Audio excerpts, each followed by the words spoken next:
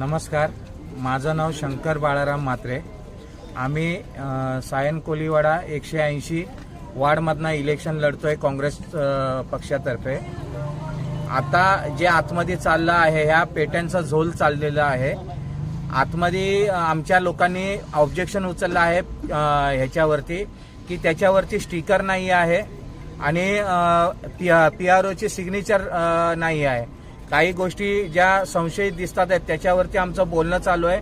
2 तास झालेले आहे, आम्ही काउंटिंग थांबवली पण काही आम्हाला समोरना रिस्पॉन्स येत नाही।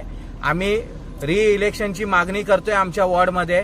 आम्हाला जास्तीत जास्त लोकांनी या गोष्टीमध्ये समर्थन द्यावे, कारण का हे जर EVMचे झोल जर असेच चालत राहतील तर मग हा मतदान ठेवूच नका। तुम्ही तुमच्या पद्धतीने स्वतःच निवडून बना, कारण का जर लोकशाही राहिली नाही तर मग इलेक्शन ठेवून फायदा काय। दरवेळी तुमचं ते EVMचा झोल असतो। ऑब्जेक्शन घ्यायला तुम्ही कोणाला काय देत नाही। माणसांनी जर लोकांची जर समस्या क्लिअर होऊ शकत नाही मग तुमच्या मर्जीचेच तुम्ही माणसं निवडा ना। आम्हाला कशाला हे फुकट इलेक्शनसाठी मतदानासाठी लोकांना खाडे करून राहावं लागतं। आजारी माणूस उठून वोटिंग करतोय। ज्या माणसांना चालायला येत नाही ती माणसं वोटिंगला येतात आहेत आणि हे नेते लोक घरी बसून सगळ्या काही गोष्टी आपापल्या सांभाळून घेतात आहेत। कोणाचाही आम्हाला सपोर्ट नाही ना, आम्हाला पक्षामार्फत कोणाचा सपोर्ट येतोय ना कोणाचा काही येत आहे।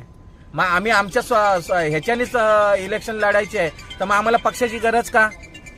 आमच्या बाजूने पक्ष पण उभा राहत नाही।